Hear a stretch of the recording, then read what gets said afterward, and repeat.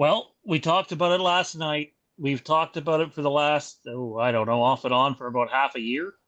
I mean, we were talking about this and the developments around the Halloween game when Johnny was still giving his WrestleMania predictions, I believe, prior to the Royal Rumble. So we've been talking about this all the way back in January. And it turns out we hit on almost everything. So I think to toot our own horn too much, I think that's a good thing when you get a lot of things right. But there was a specific something that we didn't know, and we're going to talk about that right here live tonight. We're discussing the Halloween game, which is officially announced today, and we will be following that up with our Ahsoka episode 2 watch party. All of that and more right here on the Mask of Fear.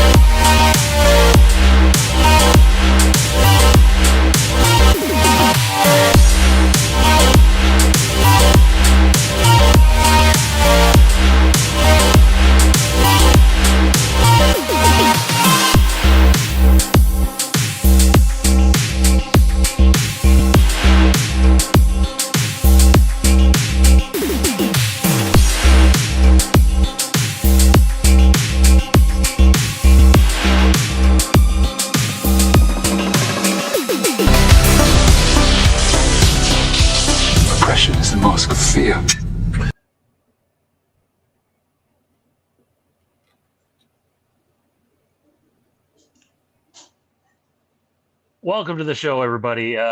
Look, big day, Halloween game officially announced.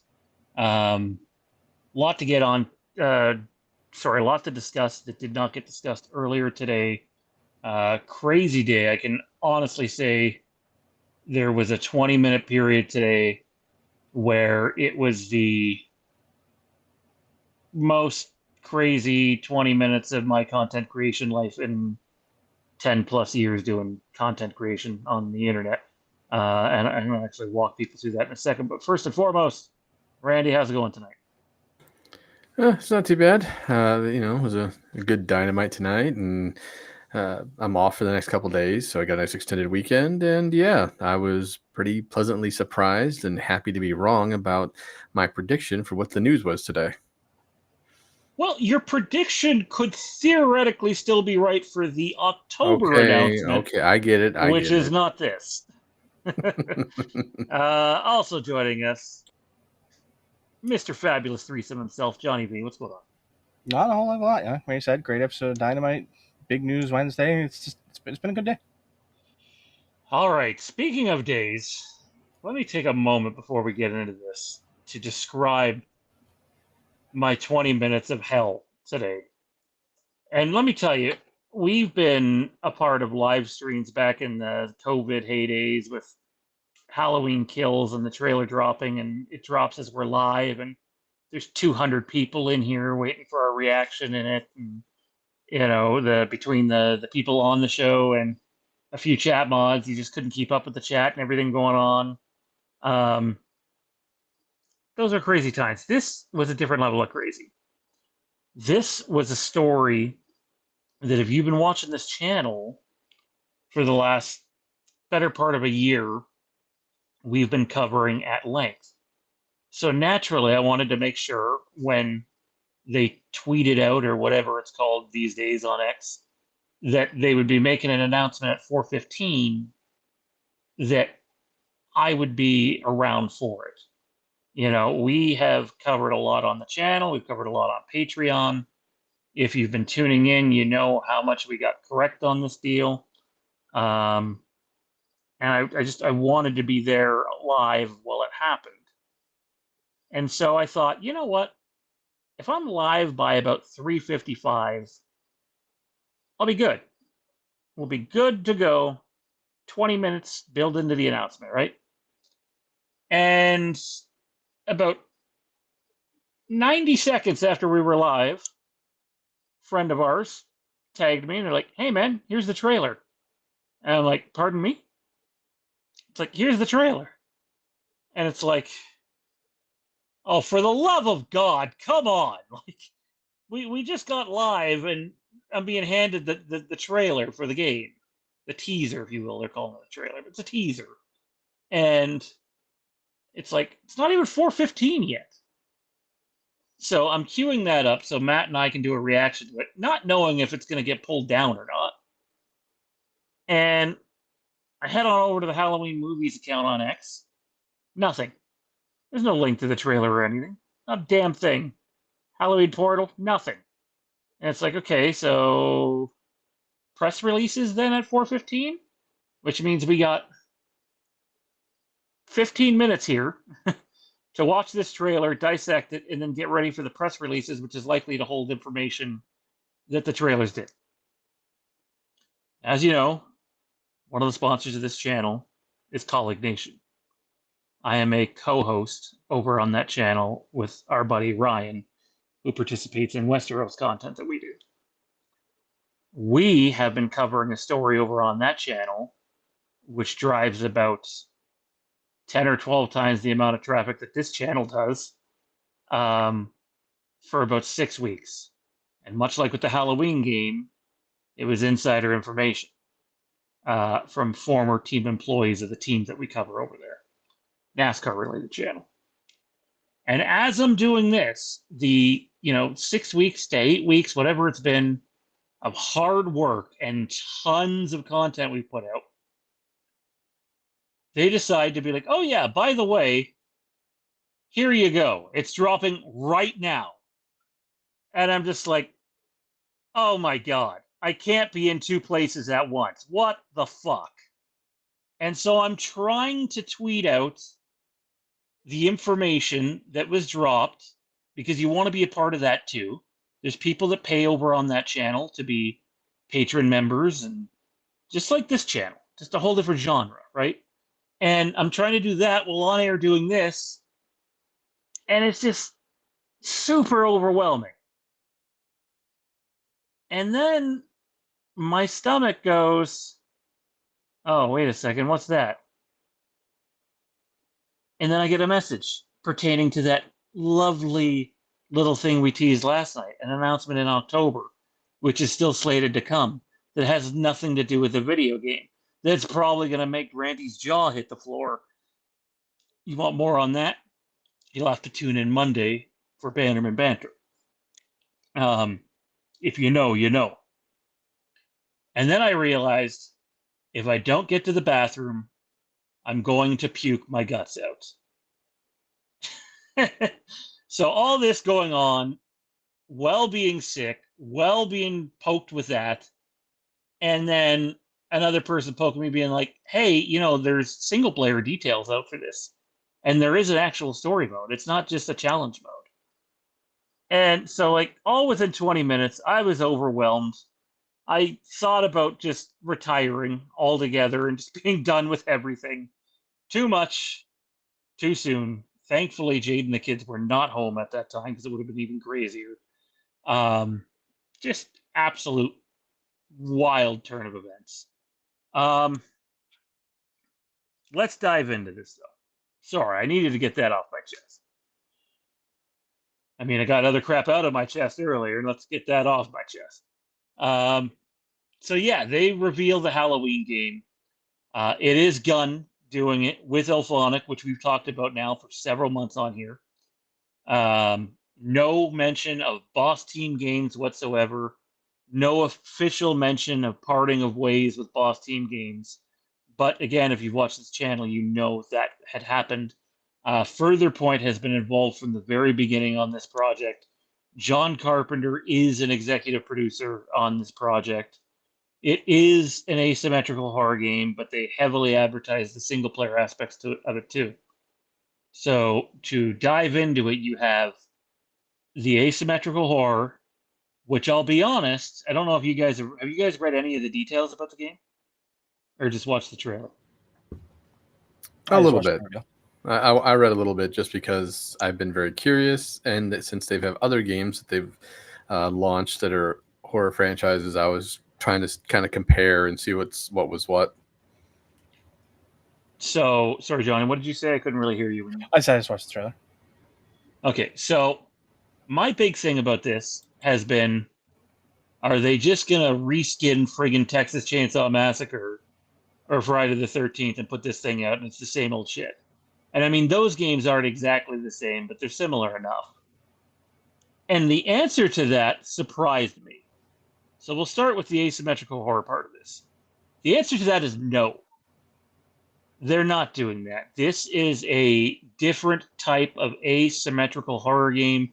They spoke about not only wanting, but needing to do something different. It's not going to be 1 versus 7 or 1 versus 8. It's going to be 1 versus 4. There's only going to be 4 other human players on the map with whoever's playing as Michael Myers. And you might be thinking, well, that's not good enough. Well, the reason for that is there are NPC characters on the map, bots on the map. Part of the strategy behind this game is the human players are going to be tasked with saving the bots in the game and getting them to safety, and in some cases trying to convince them that there's a threat at all. Now, you get the elements from Friday the 13th where Michael's going to have the ability to cut phone lines, and you're not going to be able to call people, and you might have to go repair said phone line and to call the police, like in the Friday the 13th game. But from the Michael Myers aspect of this, it's not going to be so much that he's super powered, but the stalking element that everybody, clamors for with Halloween, and they always want that in their next Halloween movie, is the forefront of this video game, not just as Michael Myers, but as the human characters as well. Every single game that you play has the ability to turn into a different type of event. Michael Myers could kill all the NPC characters and it becomes, Manhunt, Michael versus the survivors, and vice versa. Or you could successfully call the police if Michael's not doing his job, and the police show up, and it's not just boom, boom, and he's dead.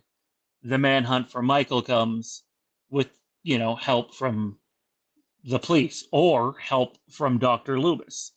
And it turns into a different sort of event that's unfolding where you kind of get like your Halloween Kills type event, the mob hunting Michael rather than Michael hunting the mob. So there are a bunch of different variables that will change your experience with this, and a lot of it is going to depend on your success with the NPCs and the bots. For me, this was pleasant to hear. I'm not saying I'm over the moon about it. They need to do a lot more than that to get me over the moon.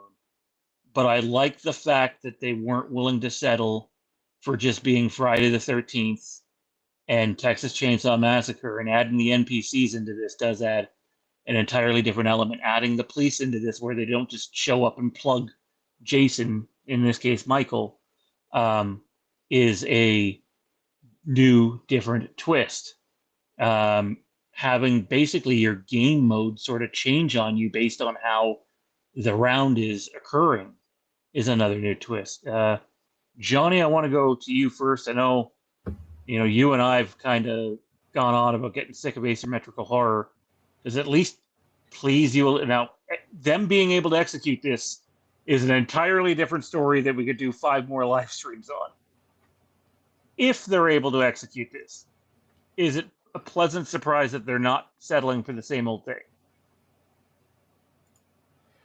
I mean, yeah, it is. At this point, to me, it's still more of a let me see what you got phase for me. Like, they're saying all the right things, but they said all the right things about Texas Chainsaw, and that's sort of the bar they're at right now, So until I Deservedly actually so, might I until add. I actually see it, I'm saying nothing. And people talking about this trailer, like, well, it states very clearly in the first 3 seconds, game engine footage not represented. So this is wasteless. This is useless to me. This is a cinematic trailer at best. Well, Like, hang on. I'll battle back against that a bit. The cinematics for Friday the 13th were basically what the game looked like. And I can almost guarantee you that this is basically going to be what the game looks like. It's it's not not like the they look that I have issue over. with. I don't Okay, mean that. okay, sorry. I thought that's what. Like, no. Like, cinematics are fine. Like, I've never had any, like, even Texas Chainsaw, the cinematics were fine. Like, visually isn't inherently their issue, because it's harder to be visually unappealing in 2026 than 2000 or something. So, like, visually I have no qualms. Like, there's nothing here, but, like, I need to see the actual engine. I need to see the game. I need to see how this works. Like, you're saying a lot of interesting things, and I like the ideas. I like the premise. I like the ideas of how the games are going to play out. Adding in the AI factor to the human factor, it does allow for a much stronger replayability than even Friday the 13th had, because you were always limited by the human versus human aspect. And then Apparently bigger maps, too. and you ended up with, like, meta strategies and figuring things out, and rounds sort of became rote, in that it was how fast can Jason find you versus how fast you can figure out the first escape route. So this idea in principle is good, because it does allow for variations in how you play Michael. It allows for variations in how you play as the human. So, like, these are all great ideas, but they're just that right now, ideas. And until I actually see these ideas put into engine and rendered out and done, and you show me that, like, show me gameplay, like, once I see gameplay footage, then I'll feel more comfortable with this game as a whole. Because, like, you can say all the right things, it can sound great on paper and be a horrible game. Texas Chainsaw sounded great on premise, execution lackluster at best. Same for Evil Dead. Great idea in principle, execution was flawed and it didn't hit. So, like, you know, as much as I'm intrigued by all the things they're saying today, until I actually see this game and see actual footage from this, which at this point I'd say, we're not likely. Maybe we'll get something at, like, Halloween or the VGAs or something, to get some, sort of early beta engine footage, then I might have a better take on this. But right now, it's like, the ideas are great. I like the ideas, but you still got to execute on them. And until you do, I don't care. Like, will this go on the wish list? Absolutely. But you still got to win me. There's a lot of games on my wish list that have been there for years and years and years and years and years. I think they got to win everybody. They've earned that. Sorry, they can look as good as it wants and sound as good as it wants. And may I say, there's still a lot of non-gamers who are watching this and being like, they'll see clips of Red Dead and be like, why isn't it that? Or why isn't it Grand Theft Auto? Because there's other much bigger content creators than us in this space that They go, my spend ideal more. Halloween game would be Grand Theft Auto. And it's just like, you're setting your whole fucking audience who doesn't understand the gaming industry up to The fail at budget that for rate. a Grand Theft Auto game is the budget for every Halloween film ever made. Yep. Probably more than that, to be frank. So, yeah, Randy, what's your thoughts on at least what they're saying? Because they don't deserve the benefit of the doubt. Yeah, I agree. Real quick, I'll hit on Dustin's comment. I don't know about you, Dustin, but I learned about the Atari game through watching Angry Video Game Nerd. So I didn't even get to play that as a kid growing up because I was a little too young for that. But as far as what they're saying in general, it's a cool premise. It's really going to be how they execute it. I liked the cinematic we got. I liked like when you look in some of the background of the neighborhood, you could see some of the houses look disheveled too on top of it, which I thought was really neat. But again, it's a teaser. It's just supposed to give us an idea of the direction they're going with the game to some degree. Um, Obviously, what we've seen between whether it's Gunn and Ilphonic or just Ilphonic, because Ilphonic did Predator Hunting Grounds, uh, it's going to be one of those things where it's going to be hit or miss problem more than likely. I don't think it's going to be one of those out of the home runs right off the bat. I think this is probably going to launch flawed. Similarly to Friday the 13th, I think we're going to see some of the things they promised.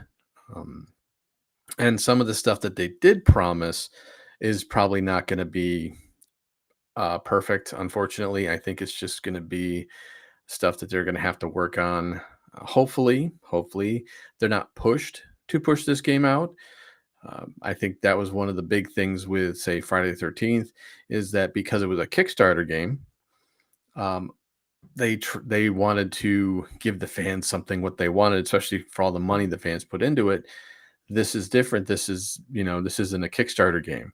So hopefully they'll be, take your time, work out all the bugs, make sure that when you have some open betas for some players to come in and test things out. I really hope that the mechanics that they are saying are going to happen will happen, because when you were explaining like scenarios and stuff, I thought that was really cool. I thought that was something that would be a lot of fun to be on either end, really, helping the cops hunt down Michael, or be Michael and have to essentially either take everybody out or escape in some way, shape, or form. That's really exciting to think about. And I can't wait for that opportunity when it finally releases. But unless it's executed well, and obviously, as we know, Gunn does have a not so great history recently with Texas Chainsaw Massacre, that they really are going to have to blow us out of the water. They're really going to have to put their best foot forward and really deliver on every promise that they're making, just to at least break even with whatever money they put into the game. Yeah, I think, you have the asymmetrical horror part of it.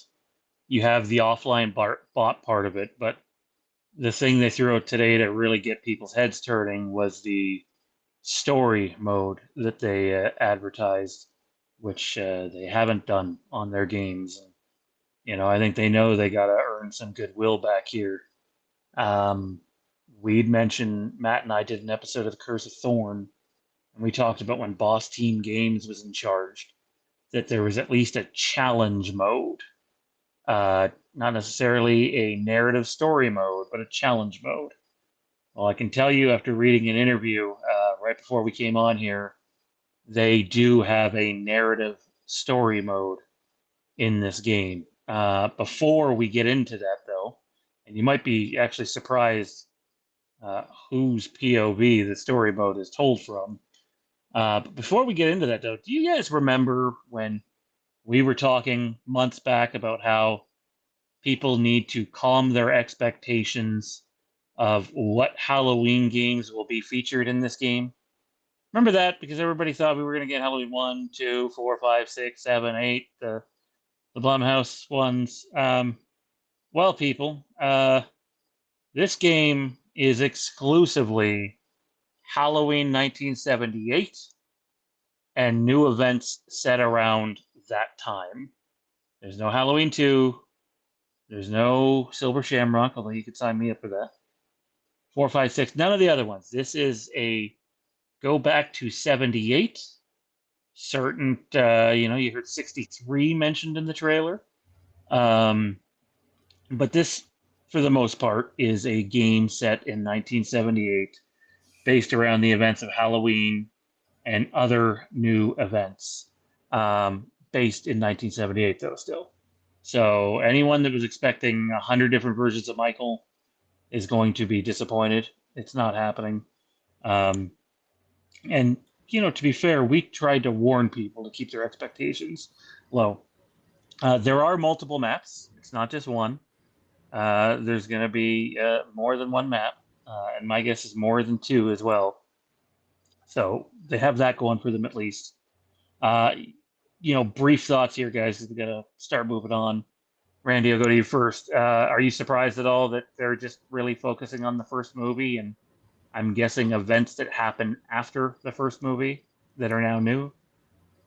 This makes perfect sense because if you try to add everything else into it, eventually you get to the point where you're adding technology to the game that would actually pretty much make the player almost unstoppable. And what you're supposed to have is an unstoppable killer, not an unstoppable player. And by grounding it in 1978, it forces the player to have to think about, okay, what are my options? Hiding in the shadows, and you trying to use the telephone and call people and things of that nature. Whereas you try to add everything else, you're looking at potential cell phones at some point, depending on the map or things like that. So yeah, this is perfect. It's kind of similar to Friday the 13th, where they kept it at Crystal Lake and kept it very simple in terms of the technology and stuff that was available to you.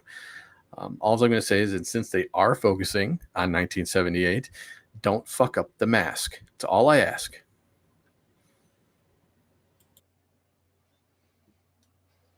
The mask looks good from what I've seen in comparison to other Halloween games. I mean, if you ever seen Michael in Dead by Daylight, oof, oof. Johnny, your thoughts? Not really surprising that it's not going to have a bunch of the different movies. No, not at launch. I think long term that'll change. Because eventually they're going to DLC microtransaction the hell out of this. Eventually, and that's the most clean and obvious route to take. But you need to establish it first. You need to build it and focusing on one specific one, especially if you're adding in a single player story element. You have to do that. You don't have the free reign to add in, Michael variants from different films, where you can end up with, superhuman Michael you get in later films. Doesn't jive with the thematic feel of the first film. So no, off rip, I'm not surprised at all, especially with this added focus on single player and the way they're establishing it. It makes perfect sense to me that they're doing this. Long term, yeah, I think eventually you'll be able to play as like, an H2O Michael or a Rob Zombie Michael eventually down the road, assuming the game has success. And as long as it does, then I think eventually you'll get that stuff. But, it's probably a year out, before you start getting your first stuff, at least. So, if you were expecting it at launch, then, tough titty. It ain't happening. But, if you're in the game for the long haul and you expect to see those things, I think you're probably right. I think eventually you will see them. But eventually that the game survives. The game has to, it has to last. Otherwise, it will just be a one and done, and it won't last for long, and that'll be the end of it. So, Yeah, if the game has maintained success, you'll see all that stuff eventually. But if it doesn't, you get what you get, and you better hope you're happy. well, the other problem they have is there are rights issues with Halloween. Contrary to popular belief, there are rights issues with Halloween, and just off the cuff, without needing permission from various other studios, they could do stuff from Halloween 1, 4, and 5 fairly easily. Everything else is a little more dicey, and in some cases, very dicey.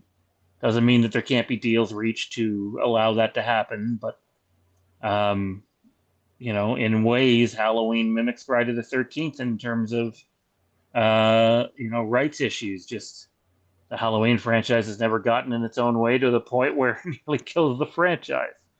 Um, and then let's get to our final topic here: the story mode. There is a story mode. I would not expect this thing to be anything too extensive. And because they didn't say much in the interview that it was bloody disgusting. Um, who, by the way, shout out to them. It was their thing that basically was the final confirmation last night. Basically, the editor over there liked and reposted one of our tweets about what we thought it was, They also what did one was with coming. IGN as well, if you haven't read it. And oh, did they? No, I haven't. I mean, honestly, I've been so madhouse busy, like I mentioned off the top, that there's probably tons of articles and takes that I have not seen on this that I will be catching up with over the next few days. Some of them I might even read on our Bannerman Banter YouTube channel. So, The um, CCO and design director did one with IGN. cool. The story mode, though, you're not going to play as Laurie Strode. You're not going to play as a civilian. You're going to play as the shape itself, Michael Myers. And that to me is intriguing. And I asked a buddy of mine about that, and buddy being said source at the channel, and he said he believes that the way they're going to have the storyline or the story mode get some replay value and being Michael is different events are going to happen based on decisions that you make from Michael, which will allow different stories to play out in front of you. And if they're capable of doing that, fantastic. I'm skeptical. I'll believe it when I see it. But if they can do it, fantastic. And it's definitely a different route to take, putting you in as the killer in the story mode. Randy? That's pretty cool. Not gonna lie.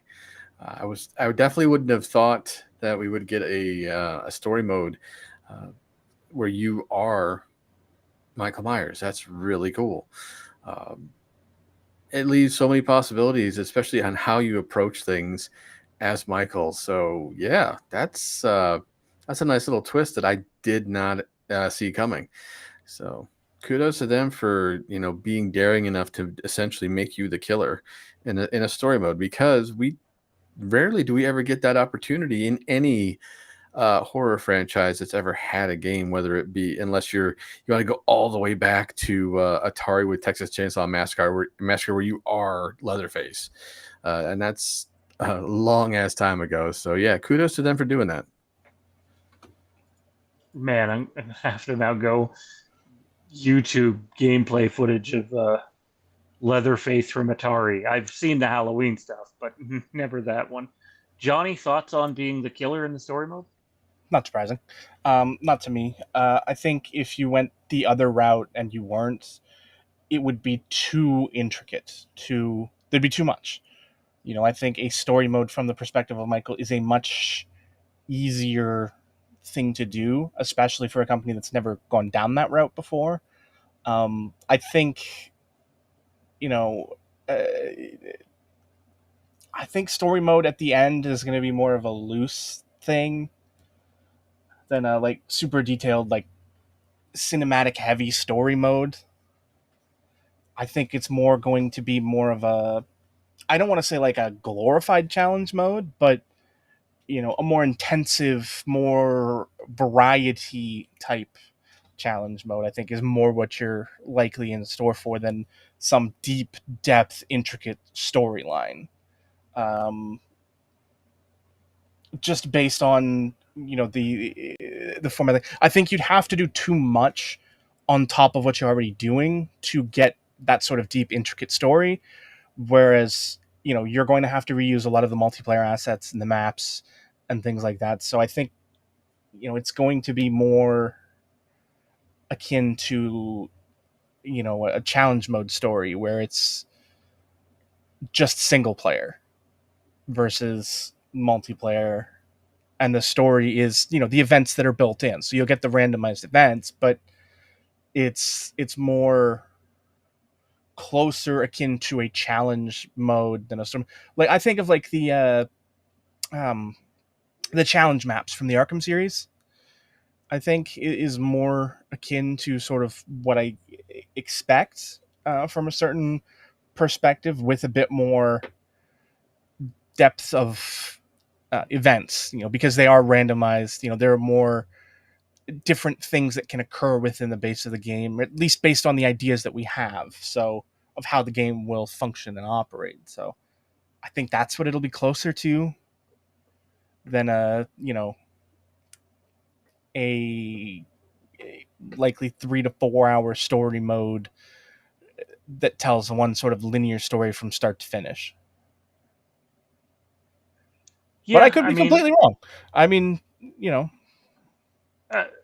look, I have a hard time taking them at their word for anything. And to be clear, all the interviews that I have, the two anyways that I've seen to this point, were not done with Gunn. They were done with Ilphonic. So I'll give them a little more leeway than what I would give Gunn. But, sorry, I was just queuing up Ahsoka here. Which, by the way, we're getting ready for our Ahsoka Episode 2 watch party here momentarily. We will be starting at the 146 mark. So if you want to cue that up, ladies and gentlemen, feel free to do that. The IGN interview is with Ilphonic people. Okay, yeah, so that's good. Just keep it away from Gunn. I think they know people don't want to hear from Gunn. So at least I hope they do, or they're not paying attention to fucking reception. I think you'll get a narrative story. They're telling you you'll get a narrative story, so you better get a narrative story. But the depth of that story, I don't think is going to be anything extensive. It might be boyfriend 1 and girlfriend 1 are going on a double date with boyfriend 2 and girlfriend 2. And, based on what you do first and who's left, then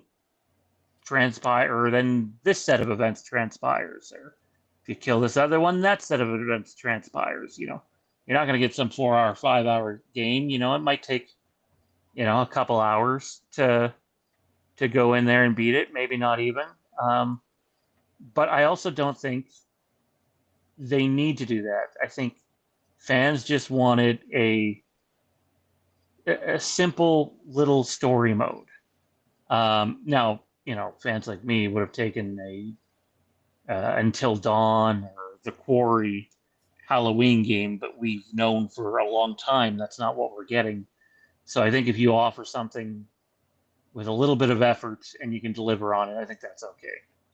But like Johnny said from the beginning, they have not earned the benefit of the doubt from anyone. We will watch with great interest, but that doesn't necessarily mean that they're going to be able to deliver on any trustworthy capacity. I hope they do. Like, I'm a huge Halloween fan. It's my favorite horror franchise, top 5 franchise period for me. I want this thing to be good. I will be buying it. We will be doing content around this game. So of course we want it to be good. It's not like we're out here being naysayers. We're just out here speaking the truth. And the truth is, projects involving Gunn Media don't deserve the benefit of the doubt until they can prove people wrong. They'll be given the chance to prove people wrong. Will they? Well, that's another story. Like, comment, subscribe, turn notifications to all for bonus content. Check us out on Patreon, patreon.com/The Mask of Fear. We're going to give everyone about 3 minutes to use the bathroom and get a drink if they need to. I'm already all set up here. Tonight's episode is shorter than last night's episode. But we are watching Ahsoka, Season 1, Episode 2, momentarily. Do either of you guys need to scram to get a drink or use the bathroom? I mean, if we're going to take the break, I'll take advantage of it. But no, we're going to take the 3 minutes for sure. But if anyone's sticking around, I was just going to ask you, how you feeling after watching the first episode? Randy, you're still here. It was the quality held up. I really, really enjoyed the first episode. Yeah, I mean, I'm not surprised that I enjoyed it, but it was nice to notice like little things here and there that I didn't notice the first watch through. It's definitely cool to see the little nods to previous Star Wars content, but also just lore in general. That's one thing Filoni's always done really well. So I can't complain about that. He does like to play inside baseball a lot, and yeah, it was nice to return, so to speak, just because of my love of Rebels and to see Rebels characters, and so it definitely held up for me as well. If any of you are joining us for this Ahsoka episode 2 watch party, we are starting at the 146 mark. I'm going to try to not screw this up so I'm not running 5 seconds behind again. But yeah, I'm looking forward to it. This was supposed to be on Patreon. You can thank the Halloween game stuff that came out today for just doing it live on YouTube. But now episodes 3 through 7 will be exclusively over on Patreon. You can sign up today. Patreon.com/The Mask of Fear. I'm just trying to get an image up so it's not the Halloween image showing. I don't want people that pop in here think we're still actively talking about the game when we've moved on to Ahsoka. Matt says, I don't want a DLC going past H2O. I don't think you're going to need to worry about that, Matt, because they won't be able to do H2O without outside permission. So, and I do think Johnny's along the right lines. I think there's a much better chance you see extensive DLC down the road than a follow-up game in a couple of years. Yeah, I guess I'm not surprised to think about that. Again, hopefully they just kind of keep to the heart of what they have and just kind of add upon it, but not alter it, but too much. So sorry, the technology is fighting with me right now. Story of my life. That seems to be the word of the day for you today. Is just everything just being crazy. Oh yeah, the word of the day is crazy. I'm looking forward to just kind of zoning out for the rest of the night after this and enjoying some peace and hopefully sleep, which has evaded me all day and most of the night for that matter. But yes, we will be talking about that October Halloween announcement that we believe is going to happen live on Bannerman Banter, very first episode this Monday at 8:30 p.m. Eastern, hosted by Mr. Zach Arnold. So be on the lookout for that. There's a lot going on. Like, let's not forget that they just dropped the vinyl box set, the extended box set from David Gordon Green's Halloween trilogy done by John Carpenter. We got 2 books that aren't attached to Trancas coming out where we will be interviewing both authors, William Byrne and Andrew Grievous. If you've been Halloween starved for a while, you don't need to be Halloween starved now because there's a lot happening. And, I'm just happy that people have something to talk about. Fellas, are you queued up at the 146 mark? Good to go.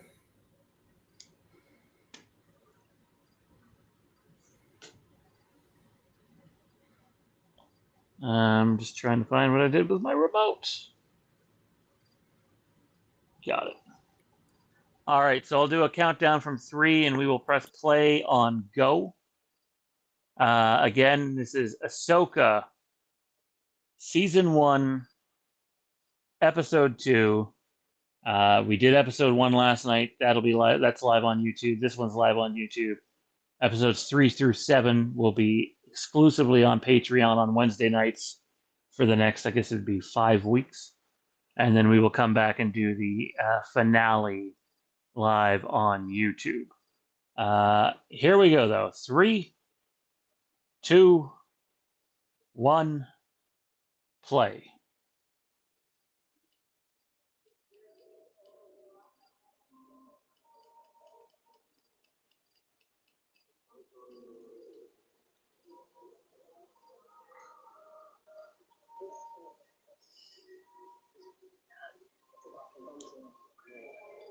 I liked the fade in there. The fading was good. Glad it was because friggin' Lothal looks terrible. Definitely a lot of white, to say the least.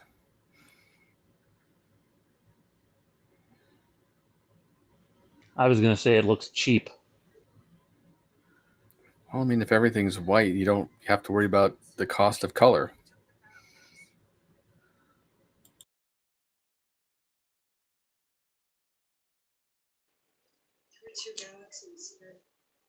Listened to a great interview with Michael Rosenbaum and David Tennant last night before bed. It was a lot of fun.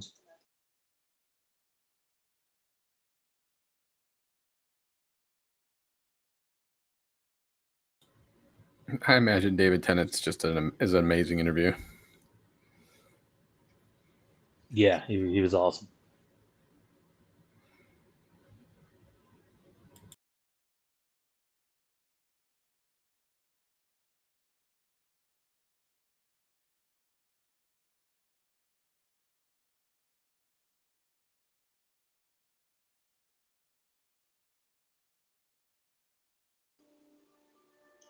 I'm just gonna say it.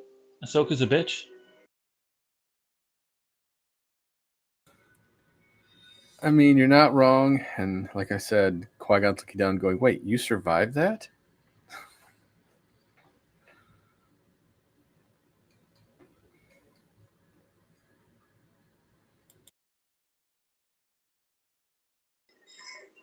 I know a lot of people say that, and it's a running gag, but she got stabbed in her lower stomach. Qui-Gon took it right through the heart. Fair.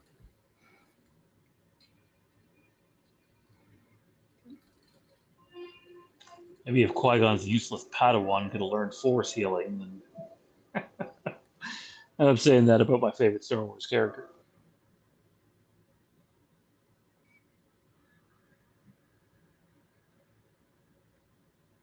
Oh, I'm sure all of Miss Force Ghost sat there, and once they watched Rey do it, they went, wait, what? You can do that?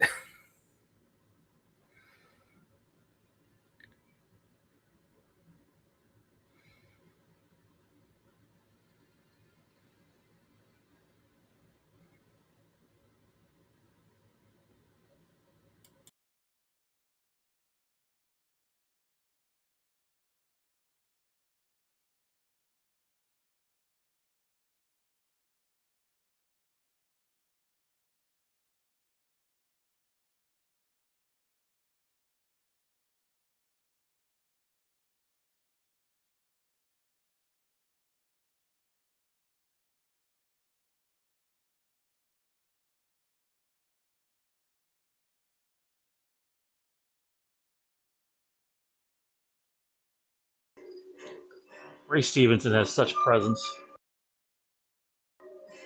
Pardon me.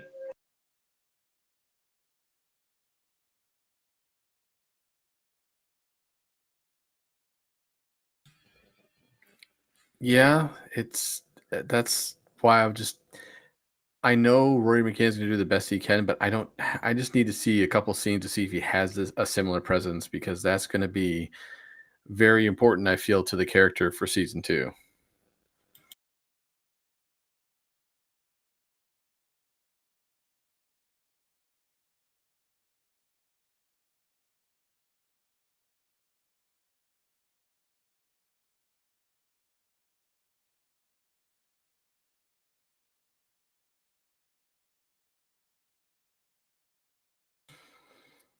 And I like how they took that ability from Jedi Survivor and brought it into live action. So I always thought that was a really uh, interesting ability to have, is being able to see sense Force echoes and learn about the past.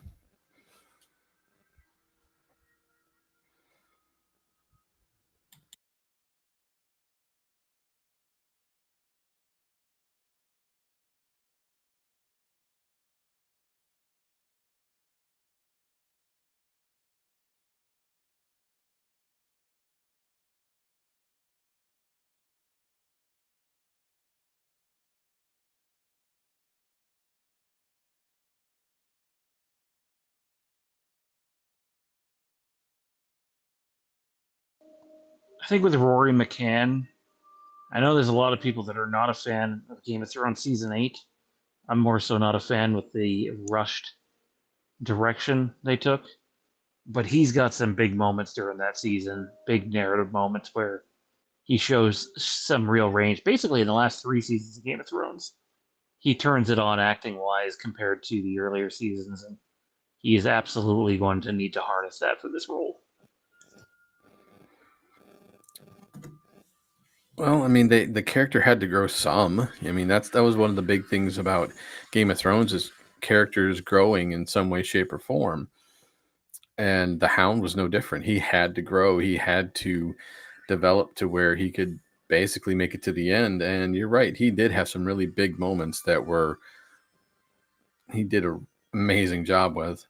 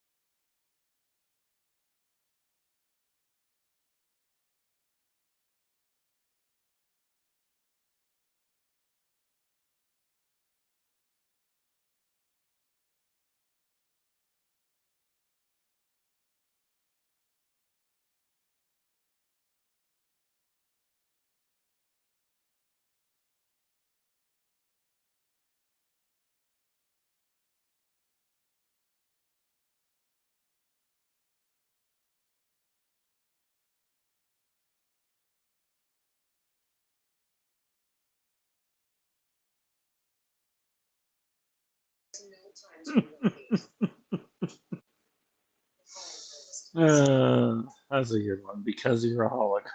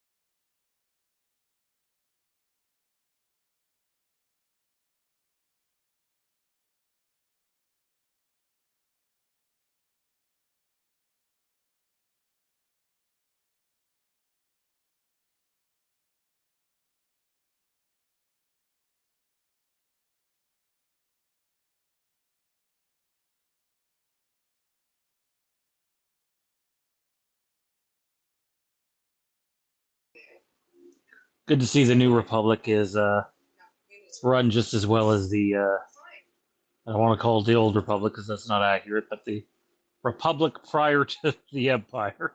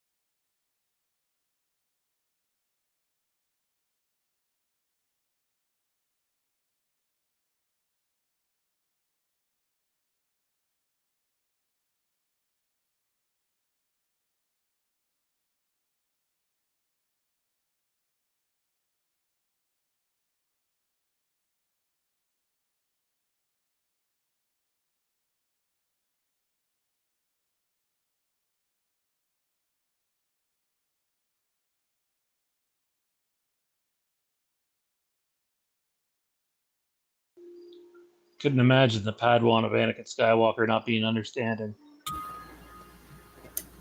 Oh no, anything but that. Oof.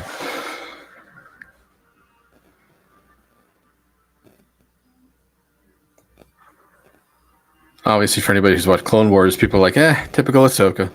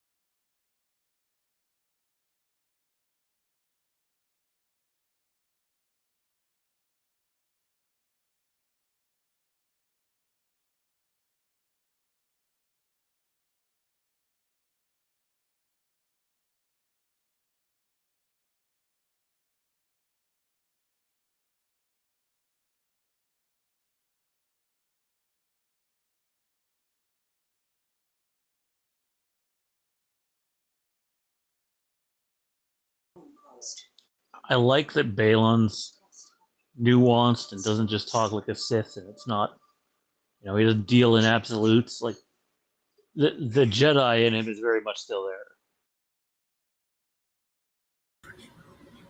Yeah, that was something that struck me through the entire first season. How he maintained his balance. He more or less just did what he had to do, versus just being falling completely to the dark side. He was able to just maintain like that almost like a gray Jedi type mindset, which was really cool to see.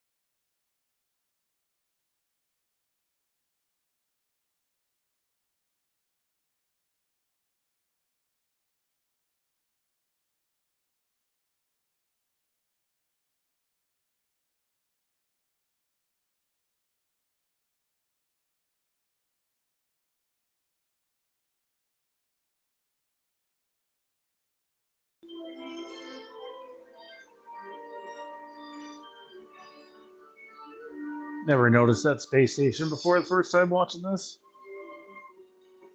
Kind of reminded me of the thing from the man, what the hell is that called now? The book series. It's slipping my mind.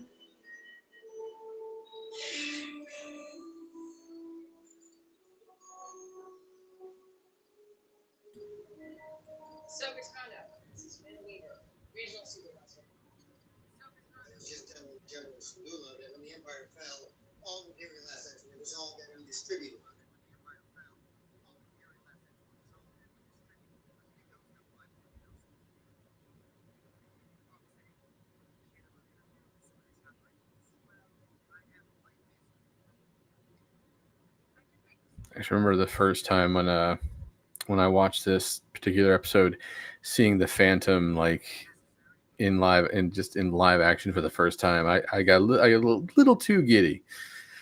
Because obviously we'd seen the Ghost multiple times, but this was the first time we got to see the Phantom, which was really cool. Yep. And the book series I was thinking of was the High Republic. Okay.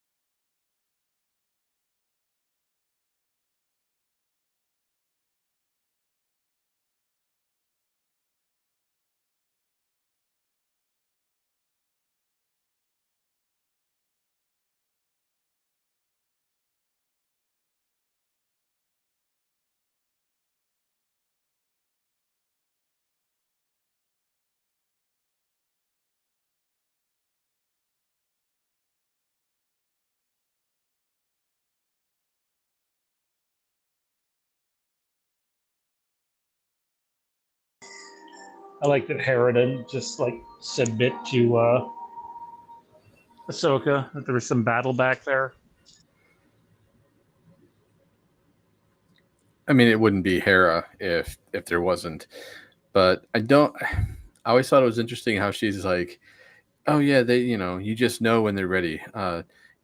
Anakin sure as shit wasn't ready to be a master, but he did it begrudgingly, and it's.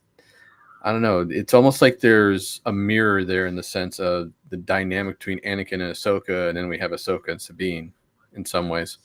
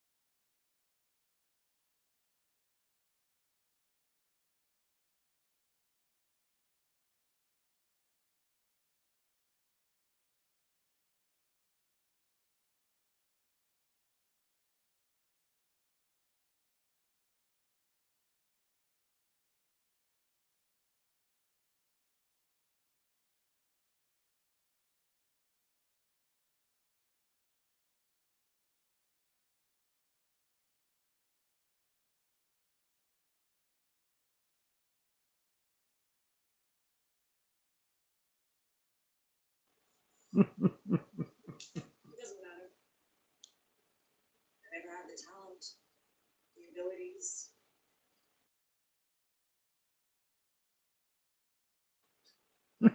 Thanks. I have known many Padawans over the centuries, and I can safely say your aptitude for the Force will fall short of them all. Why don't you just cut to the heart of the matter, Hu Yang? Damn. Right. Yeah, so you kind of suck, but Waste any more of your time.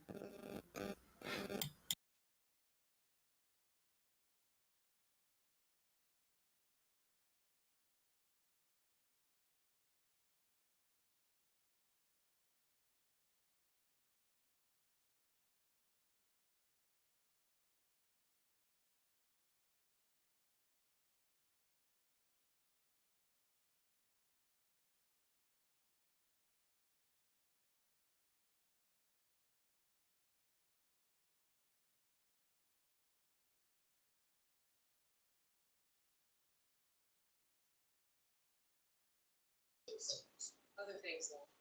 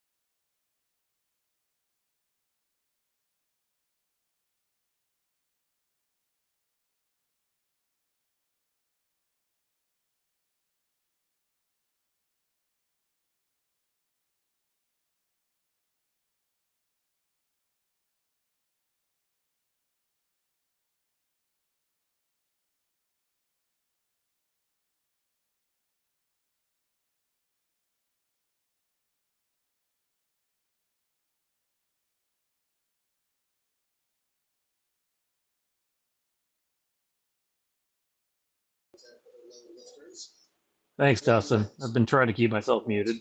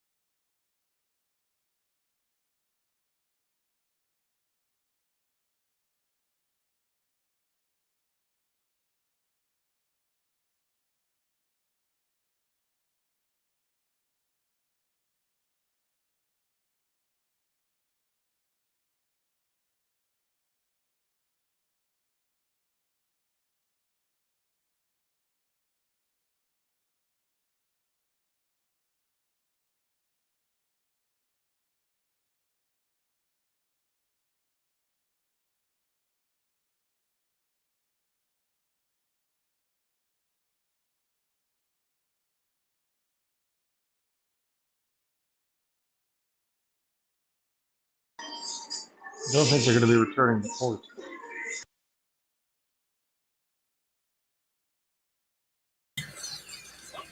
I mean, I know I wouldn't, especially considering the size of that thing compared to the Phantom.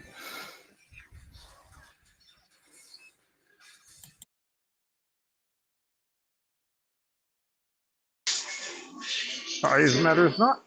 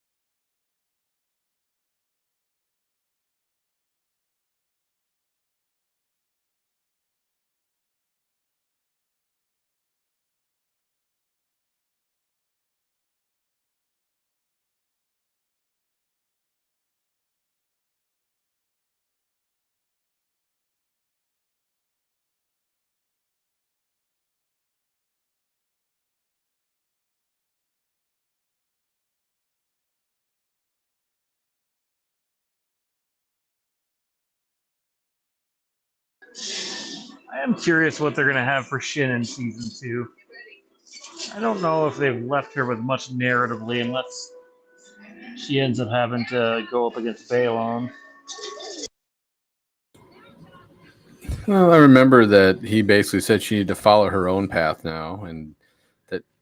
So my guess is we get to see exactly what she views her path as being during the season. Though, if depending on how deep they have to go into in terms of finding, the Mortis gods, whether it be going through the world between worlds or a temple that's on the planet, you never know. She could try to chase them down and stop them from stopping Balin. I don't know. It's going to be interesting. How thoughtful of him to tell her to take her own path when she's stranded on the planet as he is. In a way, I think he always knew it was a one-way trip. I think there are signs that he hinted at throughout the episodes that his goal, it was a one-way trip regardless, and that he knew he was going to end up leaving her. Oh, I definitely think he thought it was a one-way trip.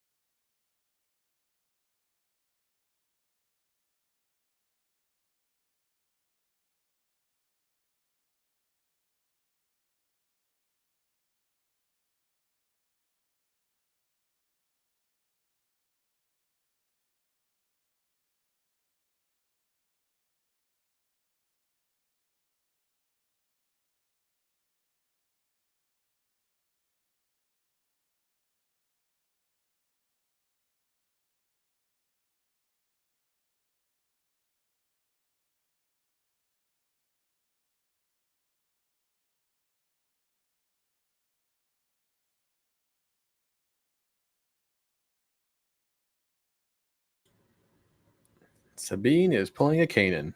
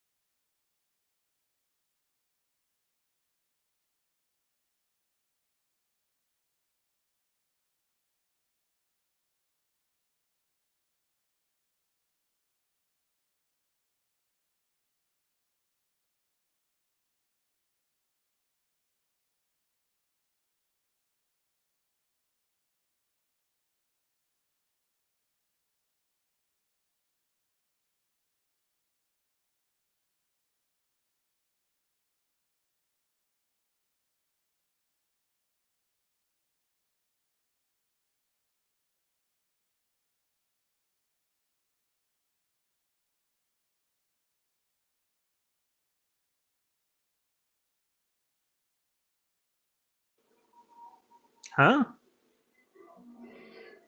I'm not sure I know where you're going with that, Dustin.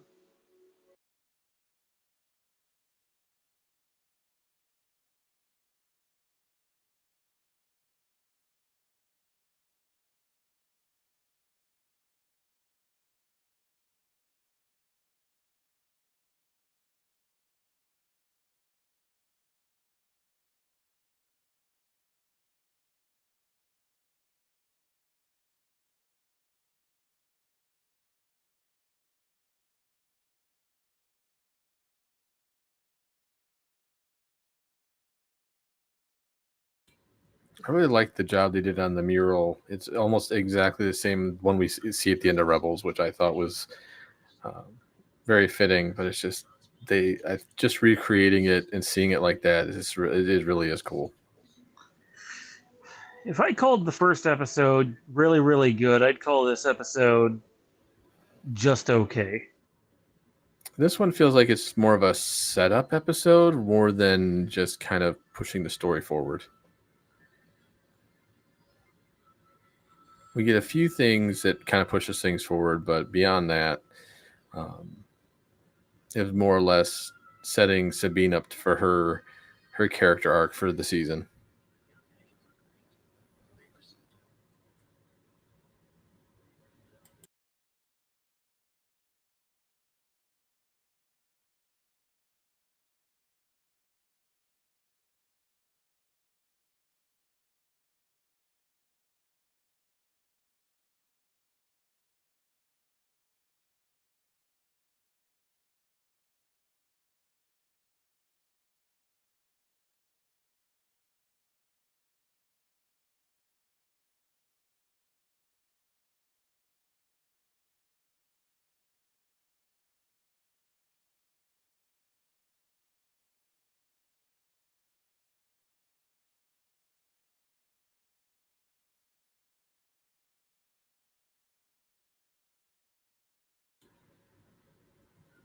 I think in some ways we've all hoped that would happen, Dustin.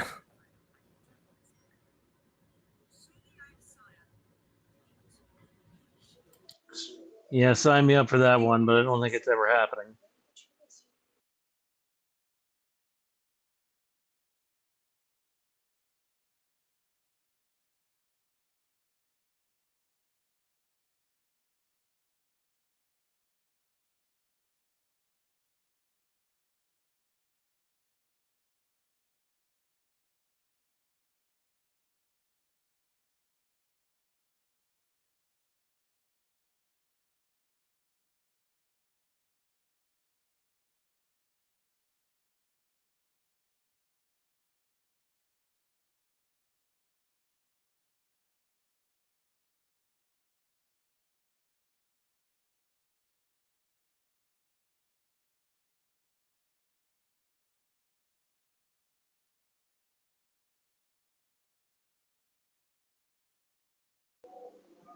Pretty sure Bale is my favorite character in the series.